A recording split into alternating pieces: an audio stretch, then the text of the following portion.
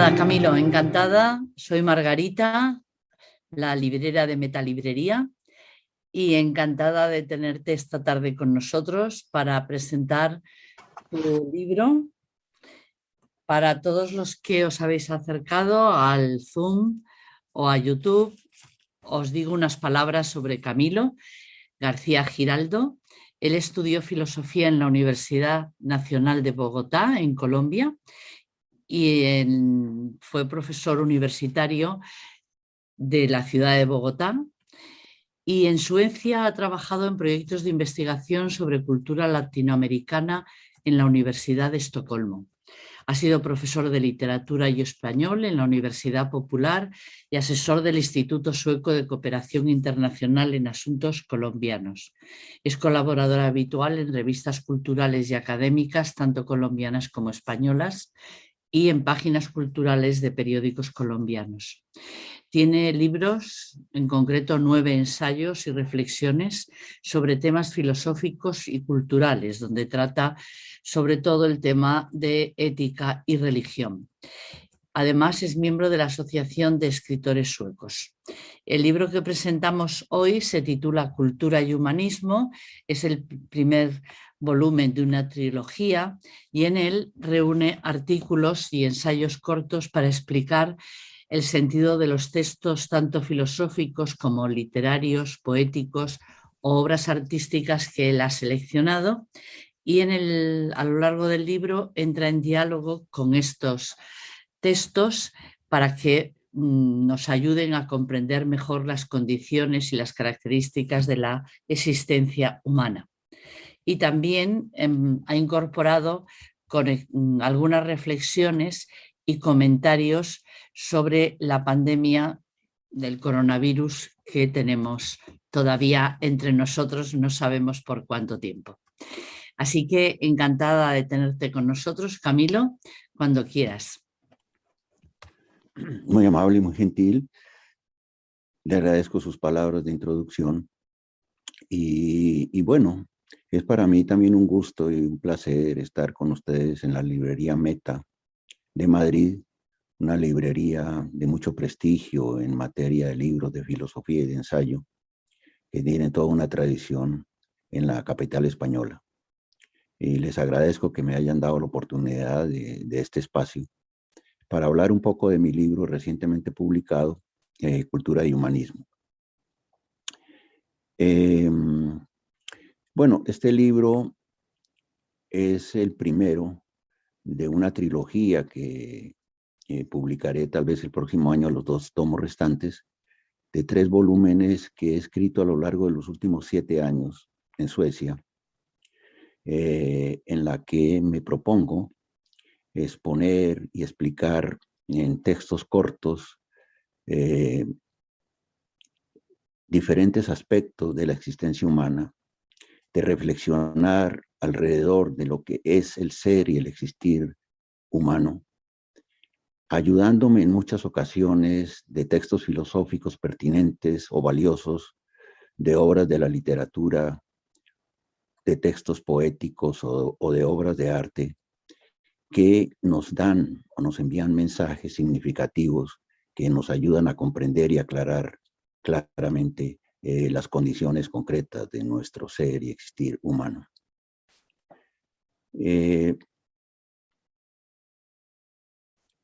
Porque en el fondo, lo que me propongo con este libro y con los 250 ensayos cortos que he escrito y que hacen parte de los 3 volúmenes que me he mencionado, es el de lograr responder a la pregunta por el ser que somos, examinar nuestra existencia multifacética y contradictoria, no solamente a través de mi propia indagación, sino a través de la indagación que hacen filósofos significativos de la historia, o a través de los mensajes e ideas que encierran en sí mismos textos fundamentales de la cultura. Son obras que iluminan este proceso, que nos ayudan a comprender a fondo lo que somos y la situación que tenemos en el mundo que nos rodea, en el mundo sociocultural que habitamos. Porque es que reflexionar sobre nuestro ser, sobre nuestro existir en el mundo, es casi un acto fundamental de la existencia de cualquier ser humano. Meditar atentamente una y otra vez sobre lo que somos, sobre lo que forjamos a través de nuestros actos en el curso temporal de nuestra existencia, sobre lo que logramos avanzar, progresar o fracasar en esa existencia, sobre el sentido mismo que tiene en el mundo en que vivimos, son asuntos fundamentales para darle una dimensión humana a esa vida que tenemos.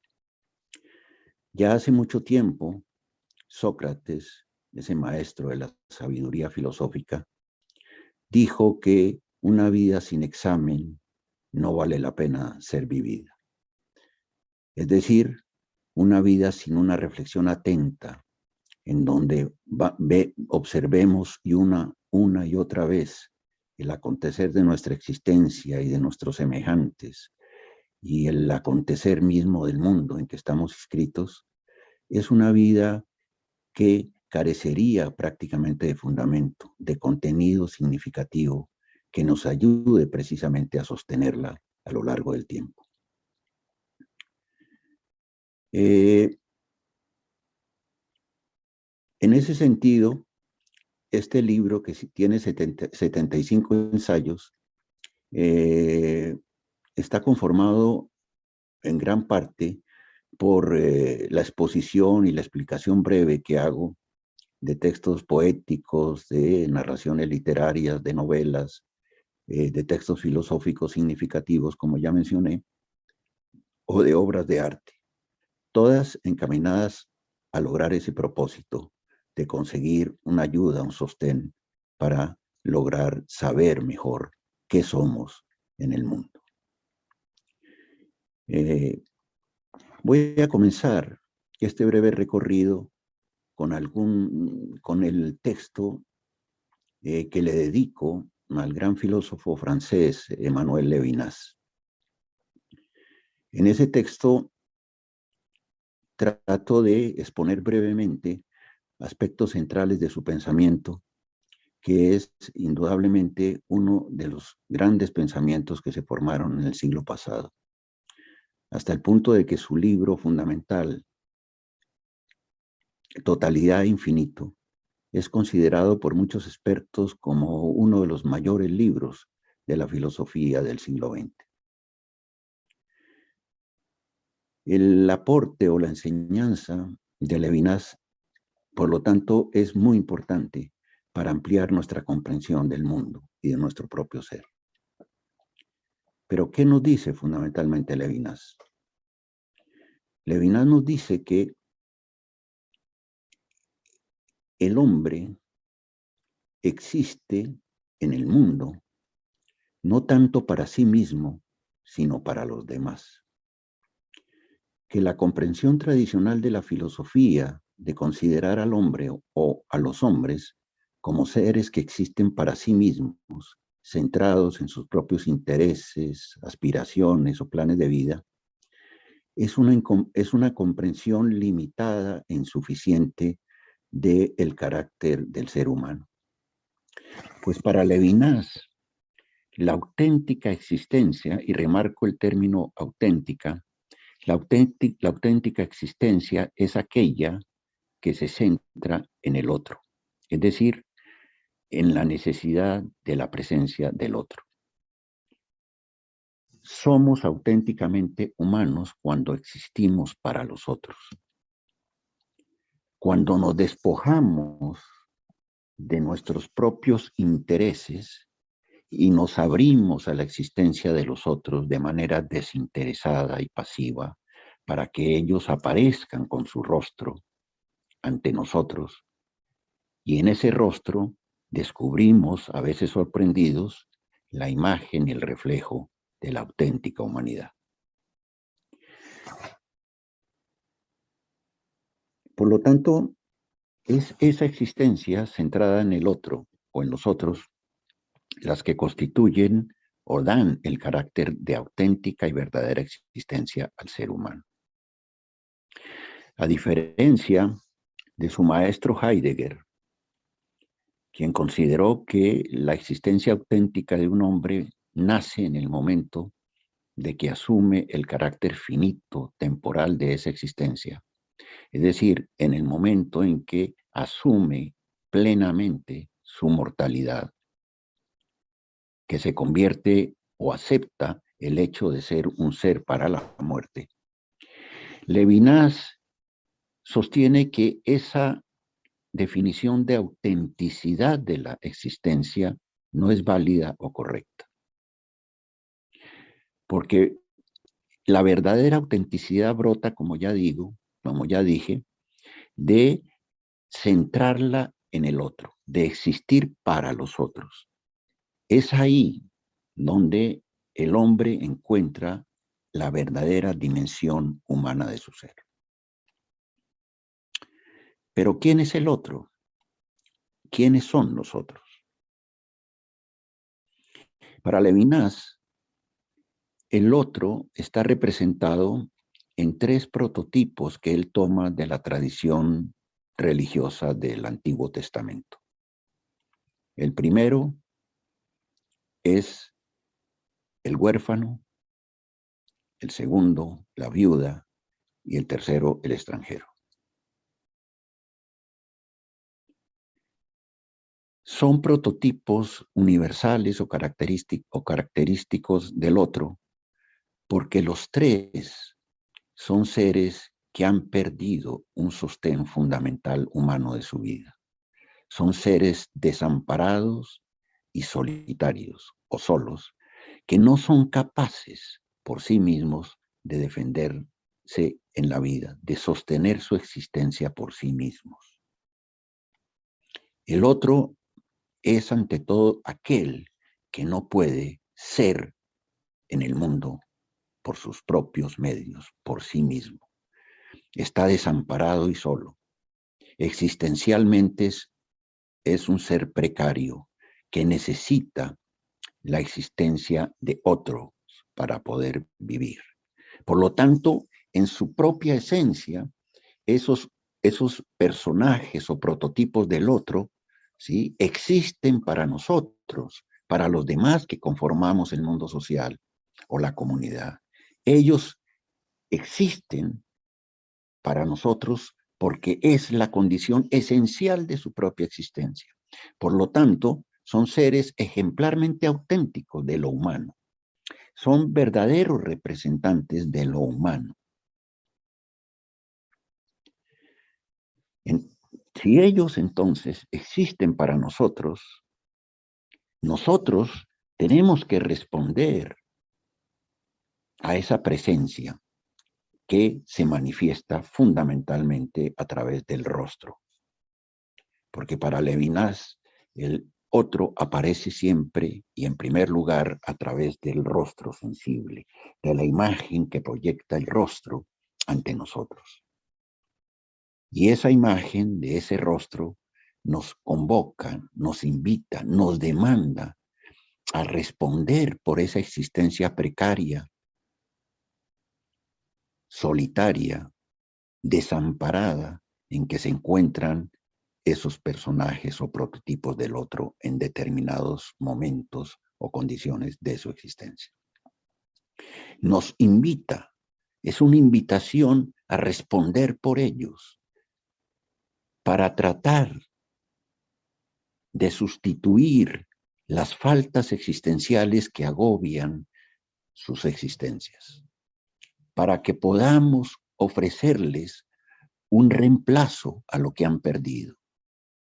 Y de esa manera, al reemplazar, así sea provisional e insuficientemente, lo que han perdido de manera radical, podamos volverles a dar sentido a esa existencia que se está perdiendo precisamente por las faltas que la dominan. En efecto, el huérfano ha perdido a su padre o a sus padres, que constituyen las personas que protegen y garantizan las posibilidades de su supervivencia. La viuda es también el prototipo del otro porque ha perdido a su marido que le daba un apoyo y un sostén también muy importante para asegurar la plenitud de su vida, no solamente económica, sino afectiva. Y el extranjero ha perdido su tierra, su país, el lugar donde nació, el lugar donde creció y formó los lazos sociales, humanos y afectivos más importantes de su existencia. Esa pérdida es una pérdida también muy poderosa, que indudablemente lo deja desamparado ante el mundo.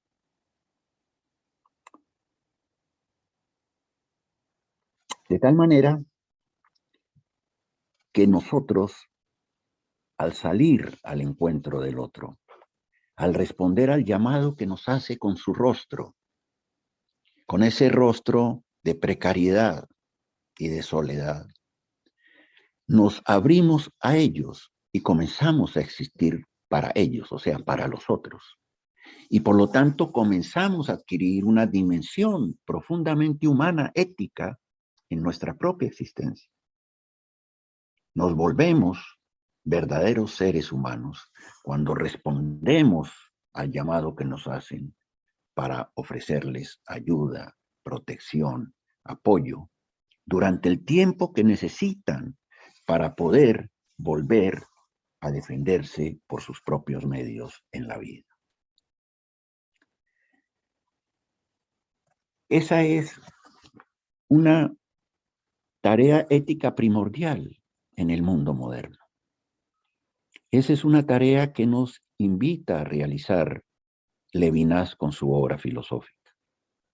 Es prácticamente un deber ético irrenunciable que tenemos que asumir con plenitud, no solamente para bien del otro que necesita nuestra presencia, sino para bien de nosotros mismos, que nos elevamos como dignos representantes de esa humanidad que muchas veces se nos escapa, que huye cuando cometemos faltas, errores, cuando provocamos daños en otros seres humanos, cuando obramos mal. Enrique Dussel, el filósofo argentino, en su libro Ética de la Liberación, siguiendo los pasos de Levinas, consideró que estos personajes o prototipos del otro no eran suficientes para mostrar su significado real en el mundo.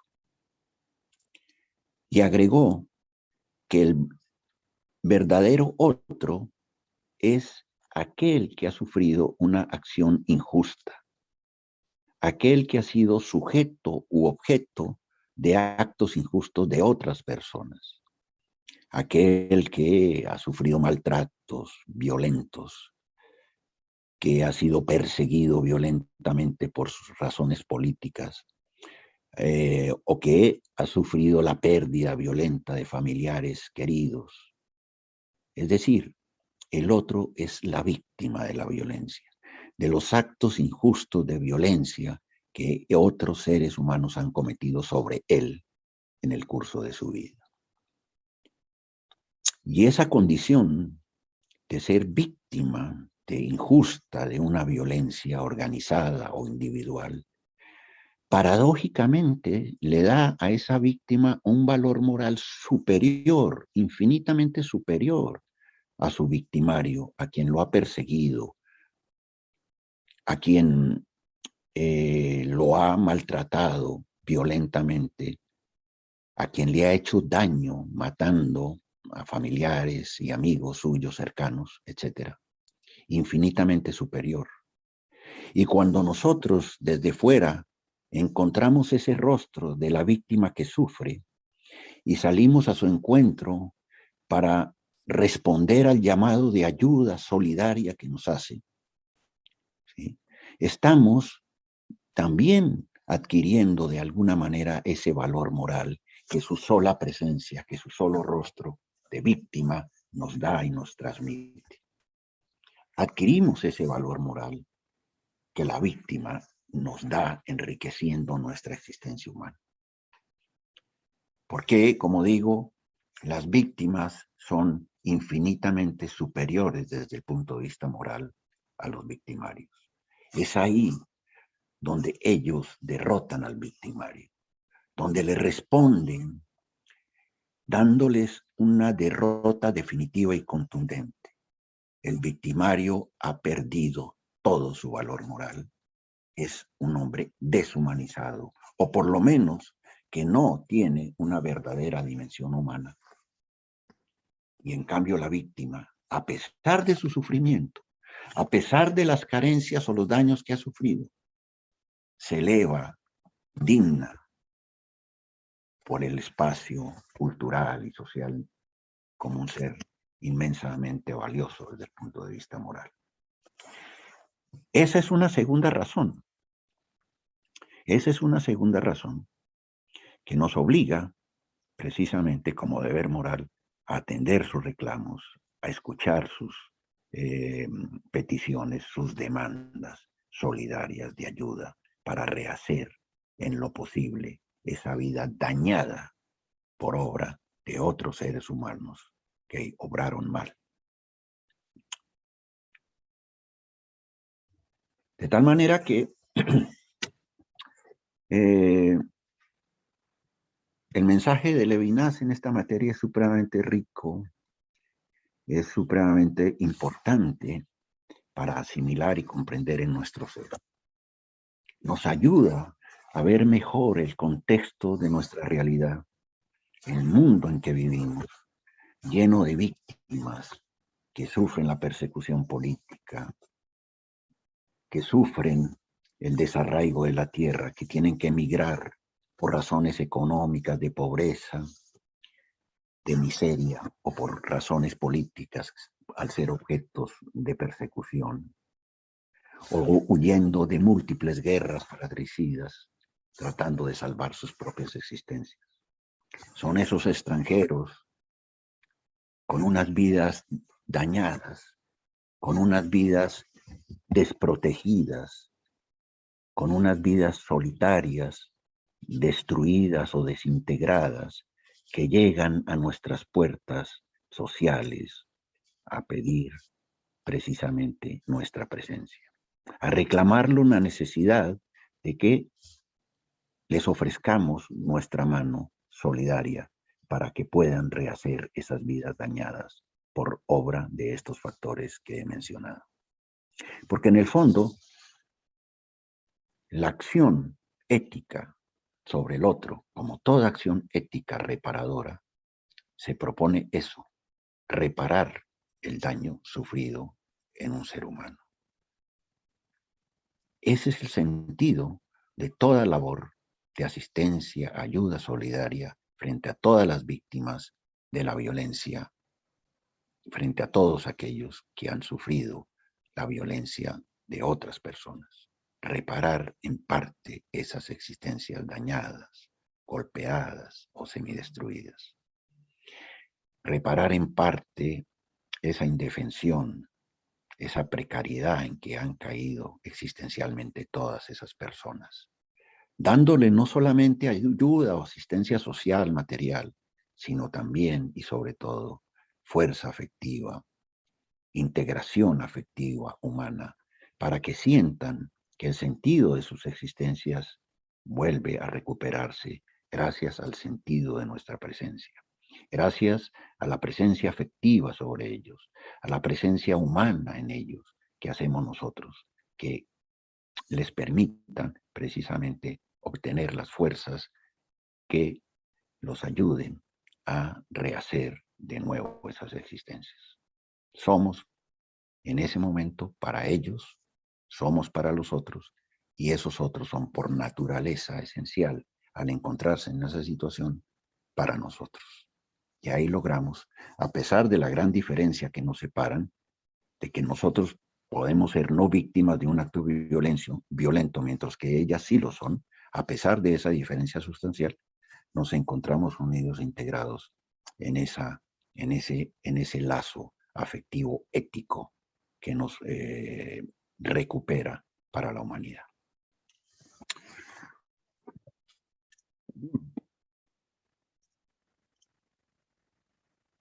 Hay otro texto.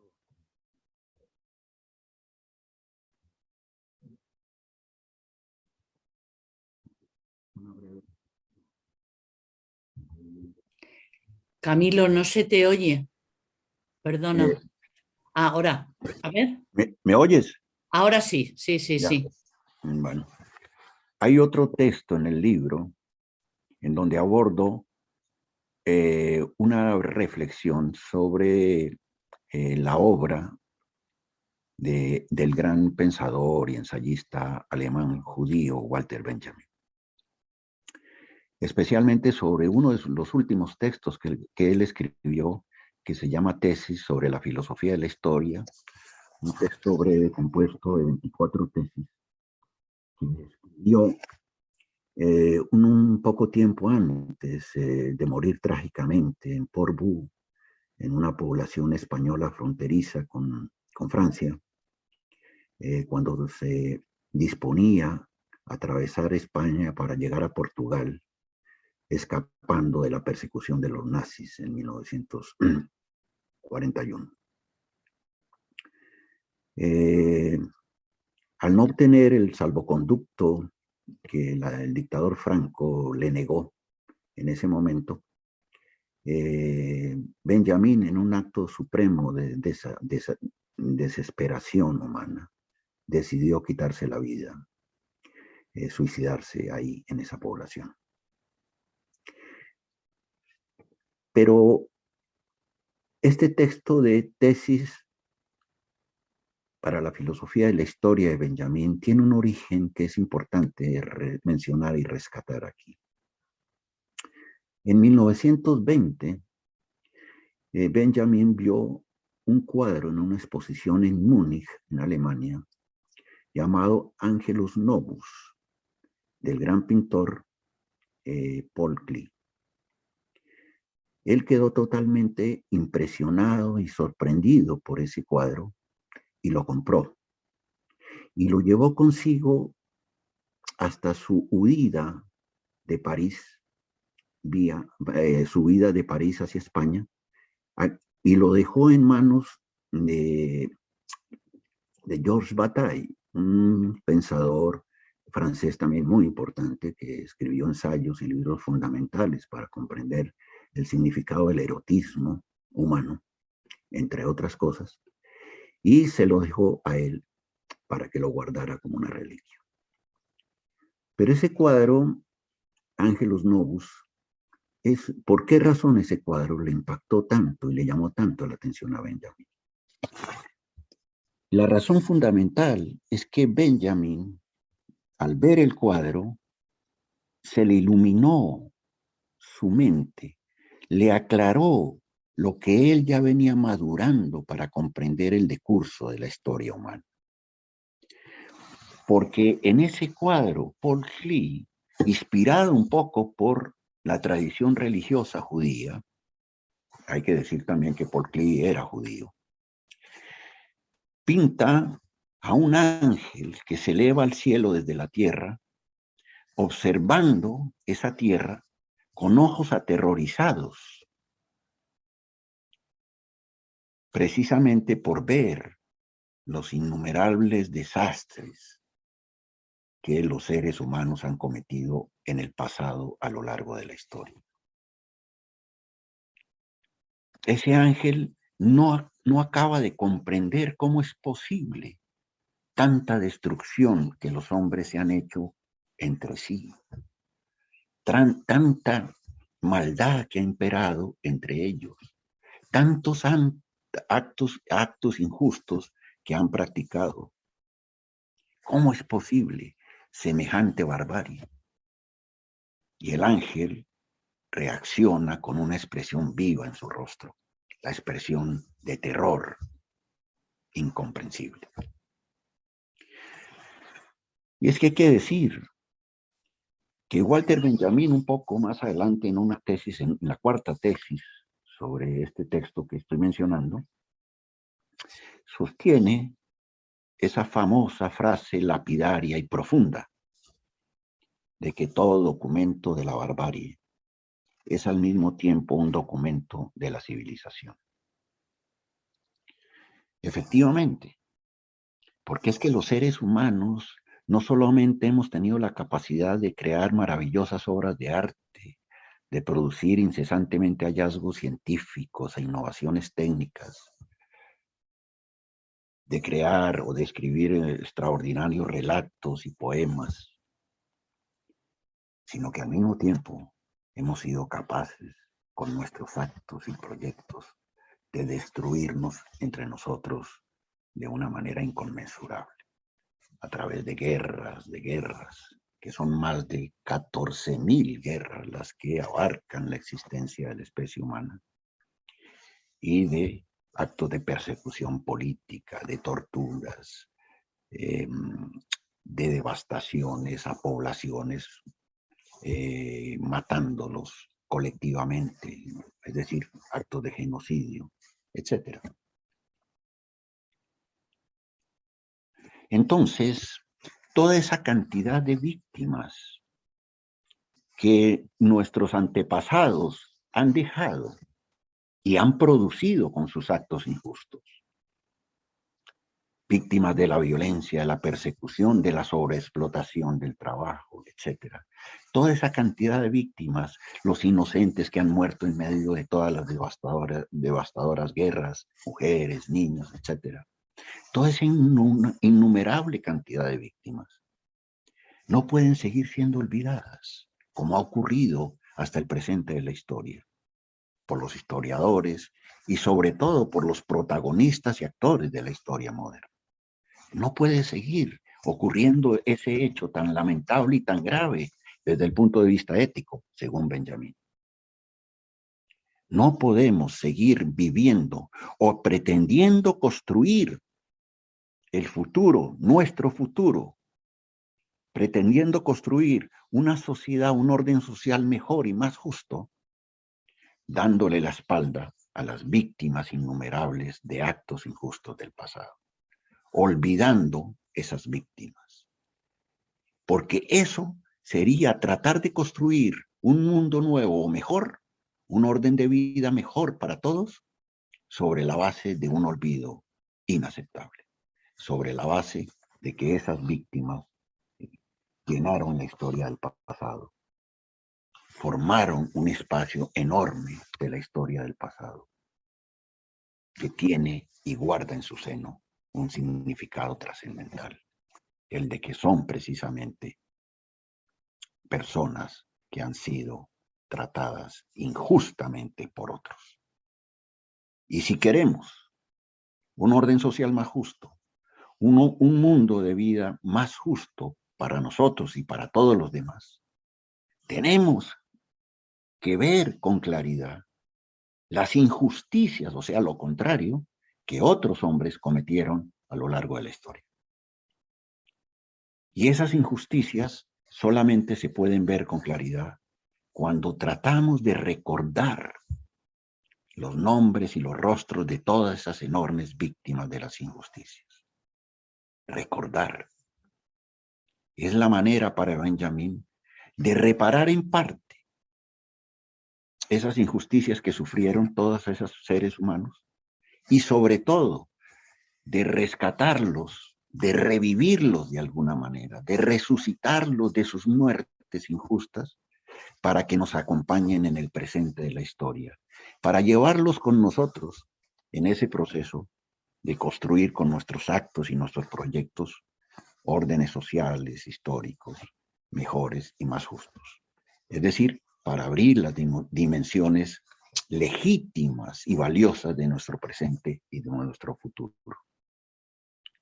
Por eso, el pensador, el historiador y en general el común de los seres humanos no deben mirar hoy en la modernidad, cuando la idea del progreso se ha abierto tanto gracias a los desarrollos y avances incesantes de la ciencia y la técnica, no deben mirar solamente hacia el futuro para construir el mundo, sino que debemos mirar al pasado también, tal como lo hace ese ángel del cuadro del lienzo de Paul Klee.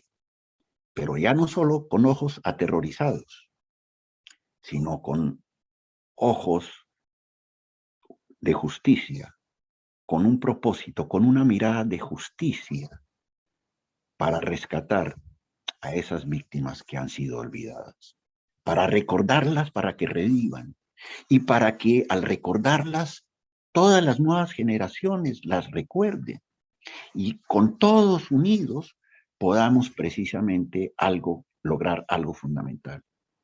Tratar de no imitar, aprender a no imitar a los victimarios del pasado, a quienes provocaron o realizaron esos actos injustos. Aprender a no ser como ellos, a diferenciarnos sustancialmente de ellos. Ese es el gran aprendizaje que nos permite, que nos enseñan esas víctimas que recordamos. Porque después de muertas, reviven para enseñarnos éticamente a ser mejores, para decirnos que debemos como tarea, propósito y deber fundamental de nuestra existencia, no imitar y no repetir los actos injustos que ellos sufrieron en el pasado. Ese es el gran aprendizaje que nos dan las víctimas cuando las recordamos. Y ese es el sentido un poco de toda la comprensión o la concepción que forja Benjamin en este breve ensayo, en estas tesis sobre la filosofía de la historia. El recuerdo, el poder del recuerdo, es tan grande porque precisamente nos muestra la imagen, el rostro y el nombre de las víctimas que sufrieron injusticias para que nosotros hoy aprendamos a no ser injustos, aprendamos a ser más justos con nuestros actos, con nuestros semejantes. Y los proyectos de organización social nuevos, las aspiraciones a un mundo mejor, estén fundadas precisamente en esa premisa, en la premisa de la justicia, de no repetir la injusticia pasada y hacer prevalecer esa injusticia, esa justicia que las víctimas del pasado nos recuerdan como una tarea primordial.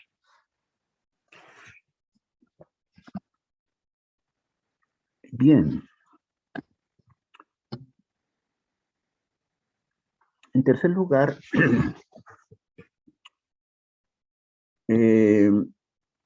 quiero mencionar la obra poética del gran poeta peruano César Vallejo, considerado por muchos críticos literarios como el mayor poeta católico de la historia después de Dante Alighieri. Y junto tal vez con el español Quevedo, el mayor poeta hispanoamericano de la historia, ¿no? Y realmente la obra de él es una obra inmensa, de una profundidad y originalidad casi sin límites. Me voy a referir a una de las revelaciones más importantes que logra César Vallejo en su obra. A un descubrimiento de alguna manera poético que forma y que nos transmite y comunica a todos los que accedemos y leemos a esa obra maravillosa.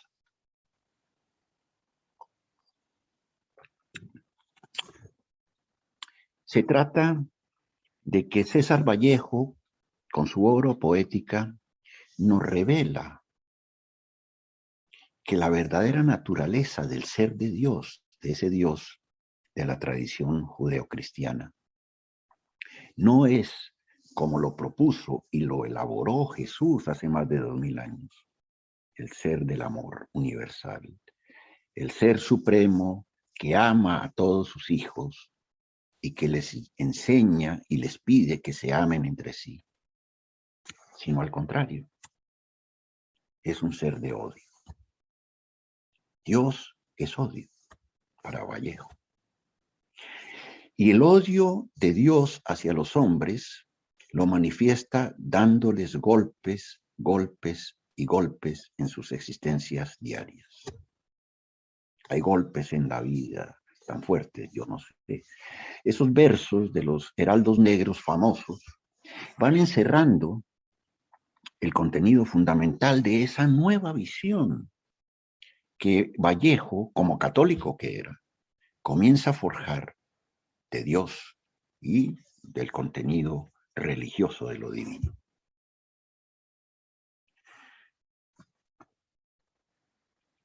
Pero prosigue Vallejo en otro de sus poemas, Los Dados Eternos, preguntándose por qué razón Dios hace sufrir a los hombres con sus golpes. ¿Por qué razón Dios es autor y agente permanente del sufrimiento de los hombres, sus hijos? Y Vallejo responde en ese poema, lo es porque Dios no sabe lo que es el sufrimiento. Dios nunca ha sufrido. Y por lo tanto, si no sabe lo que es el sufrimiento, no es capaz de comprender el sufrimiento de los hombres. Entonces, al no saber eso, les provoca sufrimiento, no como un acto de crueldad intencional, sino simplemente como un acto de ignorancia suprema. Cuando para Vallejo el saber más importante y significativo que deben lograr los hombres en sus existencias es saber lo que son. Y saber lo que son es saber de alguna manera que son seres de sufrimiento. El sufrimiento revela el rostro más profundo del ser humano. El ser humano que sufre es un ser que se erige en toda su humanidad, a pesar de ese sufrimiento indeseado. Es un ser que, como decíamos antes, necesita, nos demanda a los demás una atención, una respuesta a ese sufrimiento para tratar de aliviarlo, para ayudar a aliviárselo o para tratar de que se libere de él. Pero esa es la razón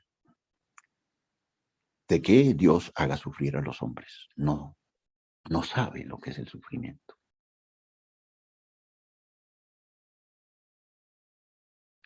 Además,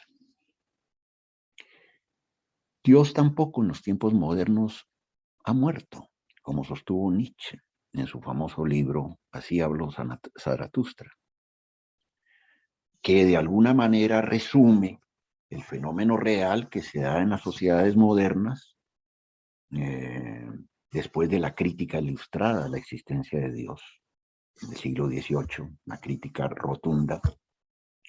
Después de que muchos seres humanos de la modernidad comienzan a dejar de creer en su existencia, después de que los legisladores de los estados de derecho modernos retiran el nombre de Dios como fuente legítima de autoridad, después de que las imágenes religiosas y divinas, los artistas las retiran de sus creaciones y de sus textos literarios, etc. Dios desaparece o se retira de los espacios sociales, culturales y políticos del mundo moderno. O sea, Dios muere, para decirlo en la expresión nietzscheana. Pero para Vallejo, Dios no ha muerto, a pesar de estos factores que precisamente parecen indicar lo contrario. Lo que en realidad ha pasado es que Dios ha puesto de presente de manera clarísima sus limitaciones, sus defectos y sus carencias. Dios es Dios, un Dios que no es completamente perfecto, que no es absoluto, sino que es un ser lleno de carencias, parecido a los hombres. Y la carencia más importante que pone de manifiesto es precisamente esa, la de no saber lo que es el sufrimiento. Entonces, sin embargo, no todo está perdido para Vallejo. No todo está perdido frente a este fenómeno fundamental, a este hecho fundamental de la presencia de lo divino de Dios en el mundo. ¿Por qué? Porque el ser humano aprendió de Jesús, fundador de la religión cristiana, y que según el relato bíblico es hijo de Dios Padre. Aprendió de Jesús que Dios es amor. Así en la práctica y en los hechos Dios no practica el amor. Pero ese mensaje lo aprendieron todos los seguidores de Jesús, de que Dios es amor. Pero como Dios no practica el amor con los hombres, como Dios al contrario los hace sufrir, no hay otra opción o posibilidad que sean los propios seres humanos, ¿no?, los que se encarguen o los que se propongan realizar el amor en el mundo real, aquí en la tierra. Los que se propongan o se den a la tarea de vivir entre ellos, entre todos, el amor que Dios les niega para ser verdaderamente seres que tengan el derecho, que adquieran el derecho, no solamente a ser auténticos seres humanos, sino a ser las nuevas expresiones de lo divino. Porque solamente los hombres, cuando aman, de verdad, cuando se aman entre sí, adquieren la posibilidad de elevarse a lo divino. Comienzan a parecerse a esa imagen de Dios que forjó Jesús, a la verdadera imagen de Dios que el propio Dios real ha negado a lo largo de la historia. Comienzan a parecerse a Él. Comienzan a volverse seres de un poder casi sobrenatural, tal como normalmente se le atribuye a Dios. Porque el amor para Vallejo, cuando se vive sincera e íntegramente entre los hombres, se adquiere una fuerza y un poder tan grande, que se vuelve sobrenatural. El amor extendido, universal, supera las barreras de lo natural. De alguna manera, viola las leyes del orden de la naturaleza, porque tiene esa capacidad divina de integrar lo que está separado, de unirlo alejado, distante o totalmente heterogéneo. Y esa capacidad de unirlo todo en el mundo, a todos los seres humanos en el mundo, es una capacidad, como digo, propia de un ser sobrenatural, propia de Dios. Y si los hombres son capaces de realizar, de vivir el amor, unidos en un gran colectivo, en una gran comunidad, van a ser realmente los dignos herederos de Dios, o mejor, los que tengan el derecho de ser de verdad Dios en el mundo. Voy a leer de su gran poema Masa. Esto que estoy señalando, cuando lo dice así, Vallejo. Al fin de la batalla, y muerto el combatiente, vino hacia él un hombre y le dijo: no mueras, te amo tanto. Pero el cadáver, ay, siguió muriendo. Se le acercaron dos y repitiéndole: no nos dejes, valor, vuelve a la vida. Pero el cadáver, ay, siguió muriendo.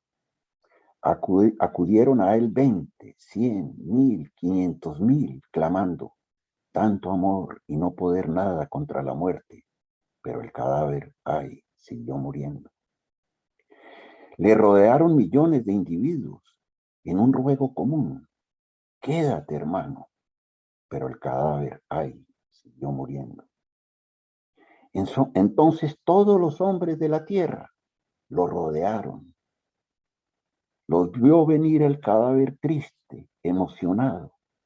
Incorporándose lentamente, abrazó al primer hombre y echóse a andar. Este texto de este poema Masa de Vallejo nos revela precisamente eso que he señalado. Es el amor verdadero de los hombres entre sí, unidos entre sí, el que logra el milagro de la resurrección de los muertos que Jesús, según el relato bíblico, logró hace 2000 años con Lázaro. Solo los hombres, cuando logran vivir el amor, podrán lograr ese milagro sobrenatural de revivir a los muertos. Walter Benjamin hablaba del recuerdo como una manera de revivir y resucitar a los muertos víctimas de injusticias supremas. César Vallejo nos dice que no es el recuerdo tanto, sino el amor. Es el amor el que tiene ese poder de revivir a los muertos. El amor entre los hombres. Un poder sobrenatural que lo que indica en el fondo es que más allá de la muerte, más allá del destino inexorable de nuestras muertes naturales, prevalece el amor en la medida que es el sentido más humano que justifica no solamente la prolongación de nuestra vida personal, sino la prolongación nuestra como especie humana, que justifica nuestra existencia en gran medida aquí en la Tierra, en la realidad de este mundo. Ciertamente,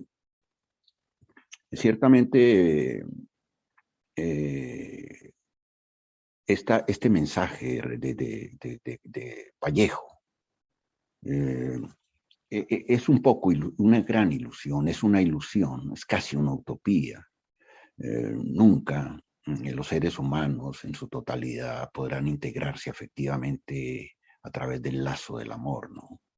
Porque por varias razones. Primero, porque somos seres imperfectos, pero sobre todo porque somos en esencia seres complejos y contradictorios.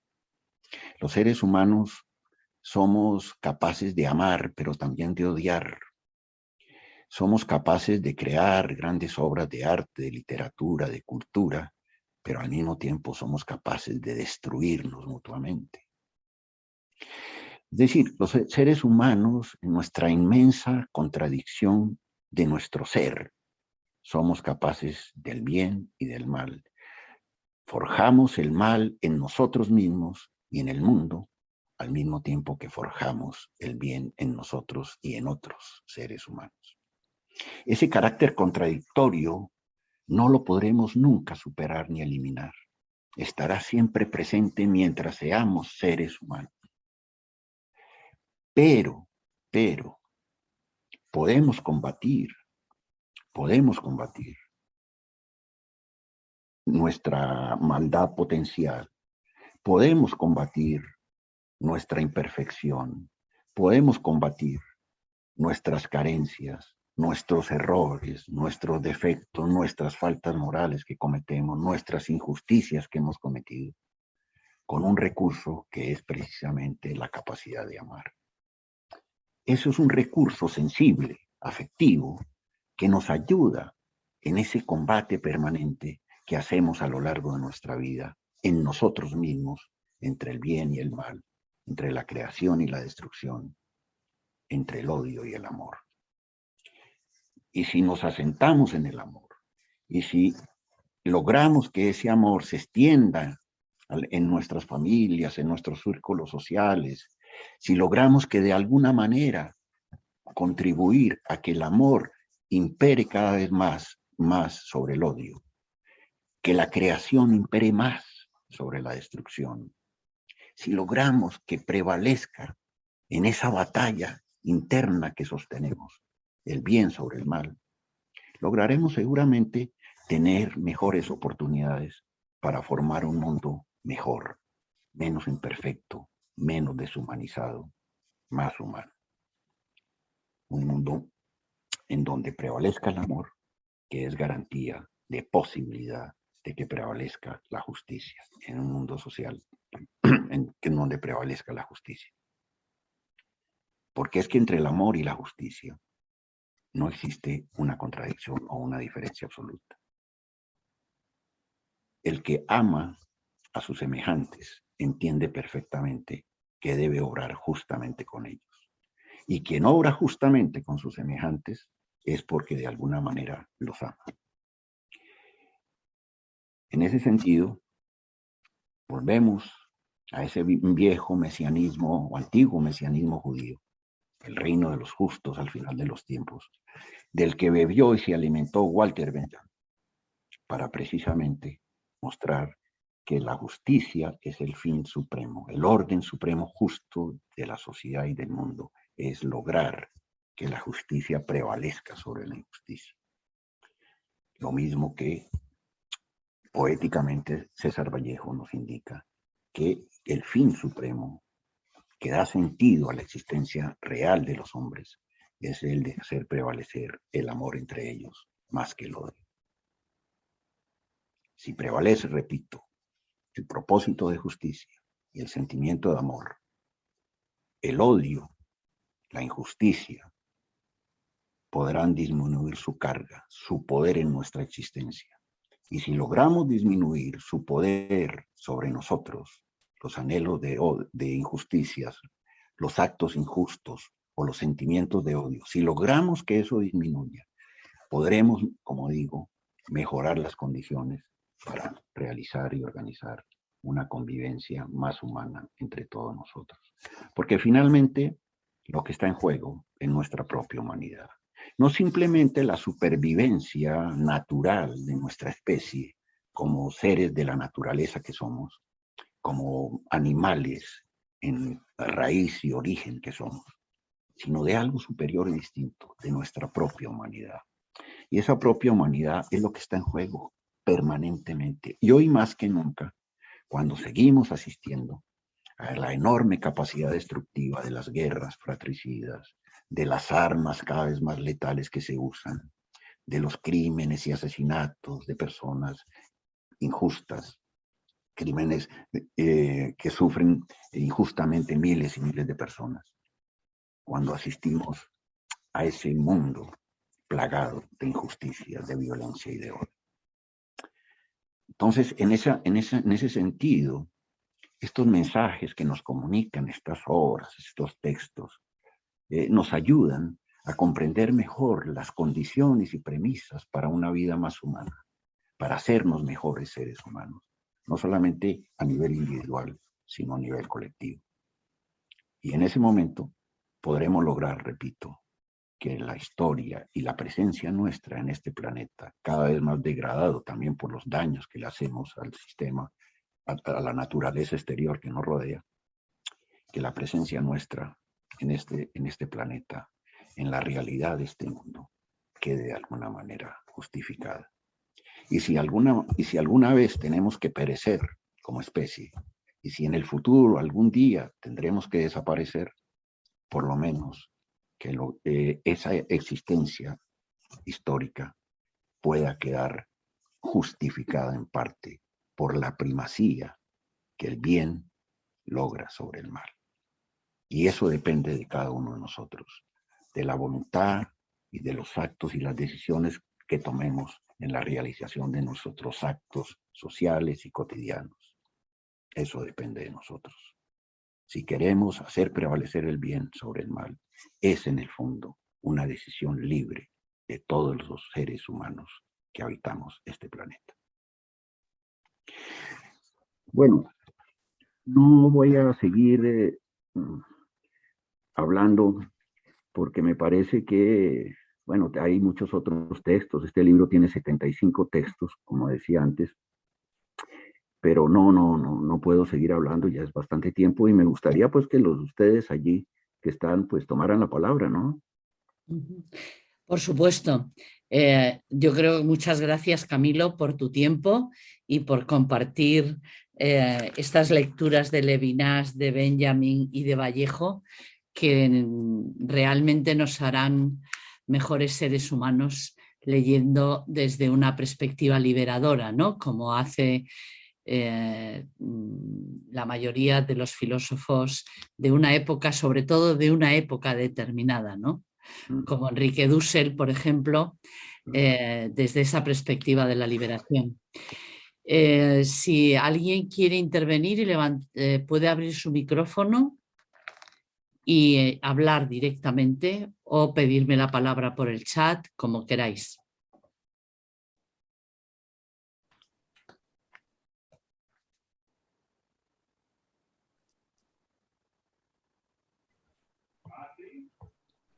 Patricia. Sí, Cami, además de sentirme muy agradada de estar aquí contigo en este lanzamiento de tu libro, quería comentarte algo que me quedó sonando. Yo no soy cristiana, no soy practicante, realmente no estoy lejos del cristianismo, pero cuando tú dices que se habla de un Cristo que no ha sufrido, de un Cristo que no conoce el sufrimiento. A mí me surge la inquietud porque justamente yo lo que veo de la reivindicación que se hace en el cristianismo es el sufrimiento de Jesús. Lo que nunca he visto muy claro en el cristianismo es cómo, o sea, como que no queda claro ni cuál es la causa de su sufrimiento, ni cómo se recupera, pero me parece que justamente el cristianismo hace a veces con demasiado énfasis es justamente en el sufrimiento de Jesús.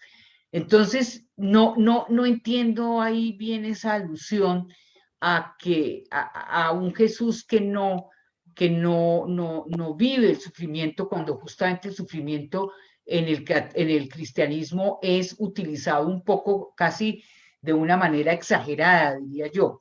Es un poco la inquietud que quería comentarte. ¿Mm? Sí, claro, Patricia, sí. Es muy oportuna tu observación. Esto tiene una explicación sencilla, y es que Jesús fue un hombre, y por lo tanto, como hombre, fue un ejemplo, digamos, de alguna manera paradigmático de sufrimiento. En ese sentido, todo el relato de la religión cristiana está fundado en eso que tú dices, en el sufrimiento y la pasión sufriente de Jesús. Pero Jesús sufrió y supo lo que era el sufrimiento porque Jesús era un hombre, era un ser humano, no era propiamente Dios. El Dios Padre, el Dios sobrenatural que está por encima, el llamado Dios Padre, que es el Padre de Jesús y de todos los hombres, Él, en cambio, no sabe lo que es el sufrimiento. El que creó a los hombres según la tradición religiosa judeocristiana, ese Dios, ese Señor superior, no sabe lo que es el sufrimiento porque nunca fue hombre, porque nunca realmente ha sido humano. Jesús sí es humano, pero Jesús no es propiamente el gran Padre, ¿no? Y esa es la diferencia, o por lo menos ese es el hecho que tiene en cuenta César Vallejo para establecer esa diferenciación. Jesús nos enseñó a amar precisamente porque era un verdadero ser humano que había sufrido, ¿no? Esa es la clave del asunto, ¿no?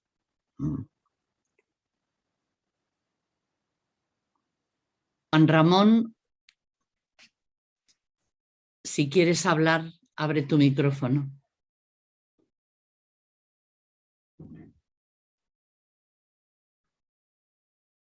¿Puedo hablar? Din, sí. Gracias. Sí, yo quería preguntarle a Camilo, pues de quién fui compañero en el colegio, Liceo Francés en Bogotá. Y me llena de Se te orgullo. oye bastante mal, Juan Ramón.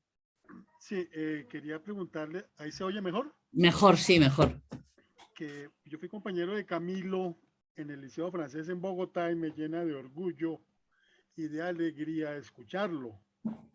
Quería comentar, hablando de estos temas tan importantes, quería recordar que en el colegio había un profesor que nos decía que la cultura es lo que nos queda después de todo lo que leemos. Se me quedó a mí esa frase y yo quería preguntarle a Camilo en relación con esto, ¿qué opina él de cuál es o cree que debe ser el papel de los medios de comunicación actuales? Gracias. Sí. Juan Ramón, una alegría verte otra vez después de tantos años. Aprovecho este espacio para darte un abrazo. Gracias, Camilo, igualmente. Bueno, esa frase que tú mencionas es bastante popular, pero las personas o la gente en general no saben quién la pronunció. y curiosamente la pronunció una gran escritora sueca llamada Selma Lagerlöf hace casi 100 años, ¿no? La cultura es todo lo que queda después de que todo, es lo que queda después de que todo lo hemos olvidado. Y sí, efectivamente, en este punto, realmente lo importante del aprendizaje cultural, de recibir el saber que nos dan los textos de la filosofía o de la cultura, lo importante es que quede en nosotros no una enorme cantidad de información, sino que quede en nuestro espíritu el sentido profundo que encierra toda obra cultural valiosa, que es el de saber algo sobre el ser y el existir humano. Y al saber algo, al enseñarnos algo, al mostrarnos algo sobre el ser y el existir de nosotros como seres humanos, nos permite comprender mejor nuestra existencia de tal manera que podamos organizarla de una manera más humana. Es decir, de una manera más acorde con la integración que debemos hacer con los demás seres humanos, en nuestro grupo, en nuestra sociedad, etc. Con respecto a tu pregunta, yo creo que uno de los temas, claro, de debate actual más grandes es sobre ese papel de los medios de comunicación en la transmisión de los saberes culturales, ¿no? Valiosos e importantes. En países de América Latina o países como Colombia, que yo conozco más o menos bien, esa labor de los medios masivos de comunicación, sobre todo de la televisión privada, es funesta, ¿no? O mejor, nula. Es una labor que no cumplen de ninguna manera. Y por supuesto eso ha ido en detrimento del nivel cultural y el nivel educativo de la población colombiana. Y yo creo que eso también se extiende a muchos otros países de América Latina. Aquí en Europa es menos grave ese problema, ¿no? Es menos grave. De todas maneras, las televisiones, sobre todo las televisiones públicas, tratan de mantener programas de información científica, técnica y programas de difusión de saberes y obras culturales importantes de personajes creadores de la cultura. Entonces hay un mayor papel, ¿no?, de los medios de comunicación en la transmisión de los saberes culturales que en América Latina. Pero bueno, en Colombia y en América Latina es lamentable, ¿no?, el papel de los medios de comunicación fomentando a través de telenovelas de pésima calidad el mal gusto de la población, historias banales y sobre asuntos triviales de los seres humanos. Y sobre todo haciendo la apología en muchas de esas obras, por ejemplo, y telenovelas que transmiten a diario de la violencia o de los personajes siniestros del narcotráfico, en fin. En fin, es algo realmente lamentable, ¿no? Pero por eso es que es tan importante de que una de las batallas en el mundo moderno es lograr, porque los medios de comunicación que llegan a tanta y tantas personas se doten realmente de cada vez de programas de calidad científica y cultural que contribuyan a ilustrar y enriquecer espiritualmente a los oyentes o al auditorio, a toda la población que tiene acceso a esos medios, ¿no? Esa debería ser la labor fundamental, ser agentes de transmisión cultural para enriquecer y elevar el espíritu de toda una población. Desafortunadamente no ha sido así, no es así todavía. Recuerdo que cuando éramos jóvenes, adolescentes, en Colombia todavía había programas en la televisión de cierta calidad histórica. Recuerdo La Historia con Lemaitre y otros programas que tenían una calidad de información histórica o de formación cultural que prácticamente ha desaparecido hoy, ¿no? Esa es la tarea, por lo tanto, lograr que no solamente criticar la función de sus medios, sino de pedir pues, a las autoridades de que esos medios comiencen a entregar y a ofrecer programas de calidad cultural a toda la población, ¿no? Sí, Juan Ramón. Gracias, Camilo. ¿Sí? Celso. Sí, bueno. Sí, habla. Muchas gracias por esta especie de aire nuevo que nos has traído, que a mí que simpatizo con ese discurso y me hace cuestionar evidentemente nuestras vidas, cuando en realidad tratamos más o menos de sacarlas y el otro, la víctima, etcétera, nos parece en primer lugar que son los importantes, pero en la práctica están muy alejados. Entonces, como 2 o 3 cuestiones así muy brevemente. Siempre he tenido, aunque no conozco muy bien a Levinas, la impresión de que Levinas, que fue, me parece, discípulo de Heidegger, ¿no? Se separa un poco y podríamos decir que hace una filosofía donde sustituye, yo diría, la ontología por la ética, ¿no? Al final. Eso es un poco, no sé, tú que lo conoces mejor, por ahí, si me puedes orientar. Y en segundo lugar, la pregunta que ha hecho Patricia, al hilo del que ha hecho, pues la verdad es que, bueno, los que yo me considero creyente, pero creyente no en el sentido muy ortodoxo de practicante cotidiano, etcétera.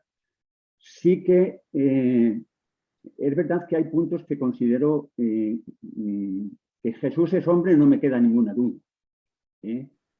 Pero que Jesús va tomando conciencia de que crece en estatura, en sabiduría, etcétera, y que muere diciendo en tus manos abandono mi espíritu. No sé si no hay, podríamos decir, evidentemente que solo se puede aceptar a Jesús como Dios desde la fe, me parece a mí, solo.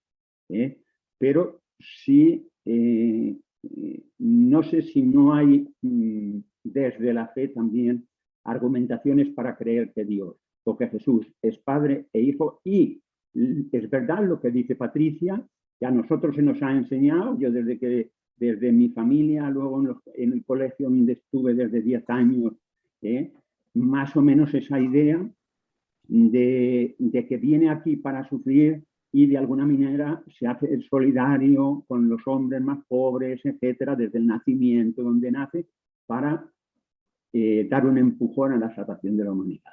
Eso es lo que se me ha transmitido a mí también. Y en tercer lugar, sobre lo que acabas de decir de los medios, aquí en España yo creo, evidentemente, que allí es mucho más exagerado. No lo sé, pero aquí sí que te digo que son muy tendenciosos de unos a otros, y algunos son muy tendenciosos y no admiten nada más que lo que ellos quieren, nada más. Y por otra parte, también hay mucha banalidad y poca cultura y poca información. Prueba de ello es que, y con esto termino, programas como el de MasterChef, hoy he oído en las noticias que tuvo ayer, no sé si 2 millones y pico, 3 millones de asistentes. O sea, probablemente el que más de toda la televisión, el que más audiencia tuvo de todo. Nada más, muchas gracias y perdón si he sido un poco largo. No, encantado. Muchas gracias a ti por la intervención. Sí, efectivamente, estoy totalmente de acuerdo. Realmente la obra de Levinas es una obra, en el fondo, termina siendo una obra de carácter ético, eso es verdad. A pesar de que, como digo, una parte de sus análisis y reflexiones giran alrededor del ser y el existir, dándole un carácter ontológico. Pero ese vuelco sobre el otro, esa insistencia sobre la existencia y presencia del otro que nos aparece a través del rostro, que nos llama y nos convoca a la solidaridad, que nos demanda ser responsables ante sus sufrimientos y sus carencias, le da una dimensión ética tremenda al pensamiento de Levinas, que a mi juicio es lo más rescatable, imperecedero y valioso hay en él, ¿no? Por eso, aquellos que sostienen que el libro Totalidad Infinito es uno de los grandes libros de la filosofía del siglo pasado tienen toda la razón, ¿no? La obra de él es una obra definitivamente fundamental y que debería ser ejemplo para otros pensadores, porque en el fondo la filosofía, el saber filosófico, el pensar filosófico, escribir o forjar una obra filosófica, en el fondo tiene, y eso lo vio muy bien Levinas, una dimensión ética. En el fondo, la verdadera filosofía tiene que desembocar formando unos conceptos, unas nociones del hombre y del mundo que le ayuden a los hombres o que le muestren a los hombres las condiciones de posibilidad de ser mejores o más humanos, ¿no? Y eso es una dimensión totalmente ética, que creo que Levinas ha mostrado ejemplarmente en el mundo moderno. Y por otro lado, sí, insiste un poco en esa separación que es una separación religiosa que hace Vallejo.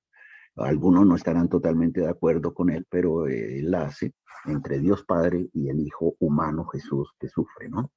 El Dios Padre está ajeno al sufrimiento, es ignorante al sufrimiento, mientras que Jesús, que es puramente humano, es totalmente humano, obviamente sufre inmensamente durante su estancia aquí en la tierra, ¿no? Esa separación la hace Vallejo, y sobre esa separación o diferencia clara es que forja toda su obra poética tremendamente penetrante, ¿no? Que es realmente admirable, porque con la poesía Vallejo no solamente, con su obra poética, no solamente dio una visión especial o particular u original de algo, de la realidad o del mundo, sino que ofreció una nueva interpretación filosófica de la religión cristiana, del cristianismo y de Dios, de ese Dios judeocristiano, ¿no? Una verdadera interpretación filosófica que no puso en un discurso racional y lógico, sino que mostró, expresó a través de imágenes y metáforas muy bien logradas de su poesía, ¿no? Pero así es, sí.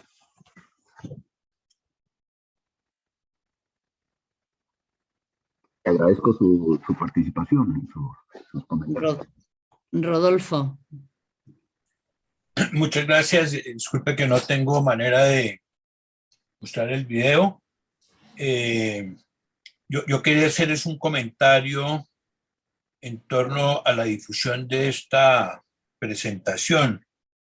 Se me hace muy importante que este formato en audio se pudiera replicar. Por ejemplo, veo una pertinencia enorme a tanta gente que está trabajando en la actualidad en la Comisión de la Verdad en Colombia, porque las reflexiones que hace Camilo, los artículos que expuso, están calcados para darle un tratamiento a los temas que se están manejando desde allí. Diga usted, ¿qué tratamiento darle a todas esas víctimas de desaparición forzada que hay en Colombia? Y un tema de reflexión es ¿cómo verías el manejo que le debería dar la Comisión de la Verdad al desplazado, que es una víctima, pero que vive hoy su propio drama hacinado en unos barrios de las ciudades colombianas? Entonces, en torno a la difusión, no sé si exista un link para repetir este audio, para volverlo a oír, porque las personas, pues sí, se les promociona el libro, pero no, en unas pocas palabras es difícil expresar el alcance que tiene el libro. En tanto que el formato de audio puede incentivar a muchos a leer estas importantes reflexiones, más si se tiene en cuenta que el padre de Rux, presidente de la Comisión de la Verdad, pues es jesuita y debe conocer muy a fondo estas obras. Entonces ese formato en audio podría ser de una enorme utilidad para la difusión. Pero entonces queda la pregunta, ¿cómo mirarías a la luz de estas reflexiones el tema del desplazado, que es una víctima pero que sigue viviendo su propio drama? Rodolfo, con respecto a la difusión, lo vamos a colgar, Metalibrería lo va a colgar en YouTube y le mandaremos un enlace a Camilo para que él haga la difusión que considere oportuna, ¿vale? Camilo, sobre el desplazado. Muchas gracias. Sí, me parece muy buena decisión, se lo agradezco. Y repito, el apoyo que ustedes han dado a mí para la presentación de este libro para mí ha sido muy valioso, muy generoso de la parte de ustedes, ¿no? Y con respecto a a lo que dice Rodolfo, realmente el desplazado interno en Colombia, como en cualquier país del mundo, el desplazado por un conflicto armado, por una guerra, por una situación de violencia extrema, es también una víctima. Es una especie de víctima parecida al extranjero que menciona Levinas, porque el desplazado generalmente es un campesino que tiene que abandonar precipitadamente su tierra, su parcela pequeña de tierra, su casa, y huir a las ciudades, ir a las ciudades huyendo de los actores armados que lo persiguen y que amenazan sus vidas. Entonces deja su tierra, pierde el terruño donde nació, creció, donde formó su familia. Se convierte en el típico representante del otro, de ese extranjero en su propio país, que llega a la ciudad, a una ciudad extraña, que muchas veces no lo recibe bien, que muchas veces no existe para él, como lo diría Levinas. Los habitantes de una ciudad, unas autoridades que no lo asumen como ese otro, que necesita ayuda solidaria, que está reclamando una responsabilidad ética para su vida y su existencia, sino unos desplazados, millones o miles de desplazados que deambulan o deambulaban por las calles en una situación de miseria, con escasa ayuda y protección de las autoridades y con una indiferencia terrible del resto de la sociedad. Porque te digo una cosa, yo viví en Bogotá hace unos años, visité lugares donde llegaban miles de familias desplazadas del conflicto armado colombiano, en una situación de desamparo enorme, donde las autoridades no hacían presencia, donde la mayoría de las niñas jóvenes tenían que irse a prostituir en las calles de la ciudad para poder llevar algo de dinero a sus familiares y a sus padres, y donde los jóvenes muchachitos de 10, 12 años tenían que salir a delinquir, a robar para poder sobrevivir en el entorno familiar. Eso es un drama humano que nace precisamente de que se olvida su presencia como la presencia de ese otro, de que el resto de la sociedad no atiende el llamado urgente de solidaridad debido a que han perdido los sostenes fundamentales de su existencia, que era la tierra, que era de la tierra y la fuente de riqueza que les daba el trabajo de esa tierra. Perdieron eso y se convirtieron en esa figura del otro abandonada y olvidada. Sé que en los últimos años ha habido más reacción de las autoridades frente a toda esa cantidad de desplazados, se han implementado algunos programas de asistencia, de ayuda, de orientación educativa, etcétera, etcétera. Pero lo más grave, Rodolfo, y creo que tú lo sabes mejor que yo, es que la sociedad colombiana es absolutamente indiferente al sufrimiento del otro, totalmente ajena. Son seres ajenos a la sociedad colombiana.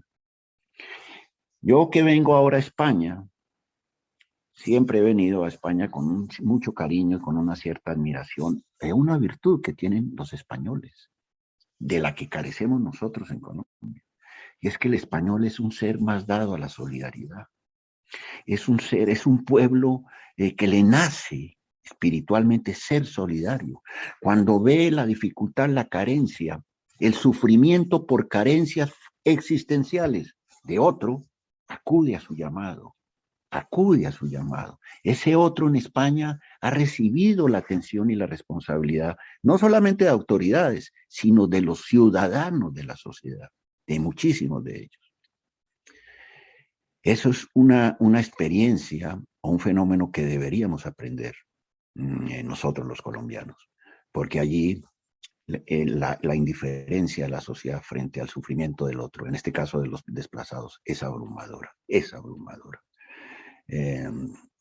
que nos pone pues en el nivel de cuestionarnos en muchas ocasiones si realmente, y hago esta cuestión de manera absolutamente radical, si realmente somos dignos de ser humanos, ¿no? En fin. Bueno, eso te puedo decir, pero claro, también agradezco que se pueda poner en YouTube para que si tú quieres, Rodolfo, pues lo puedas después, más adelante, compartir con la Comisión de la Verdad allá en Colombia, que está haciendo una labor excelente, ¿no? Bueno, pues tenemos que terminar aquí. Muchísimas gracias, Camilo. Encantada de haberte conocido. Y ya sabes que siempre Metalibrería puede ofrecerte esta plataforma para lo que te apetezca o que necesites. Así que muchísimas gracias a todas las personas que habéis participado, sobre todo en el diálogo, que habéis sido muy activos. Y hasta la próxima vez que nos encontremos. Buenas Bueno, noches. muchas gracias a ti otra vez, muchas gracias y a todos ustedes, queridos amigos y compañeros que me acompañaron hoy. Les agradezco muchísimo su presencia, sus palabras y sus comentarios. Y hasta una próxima oportunidad. Mil gracias, mil gracias.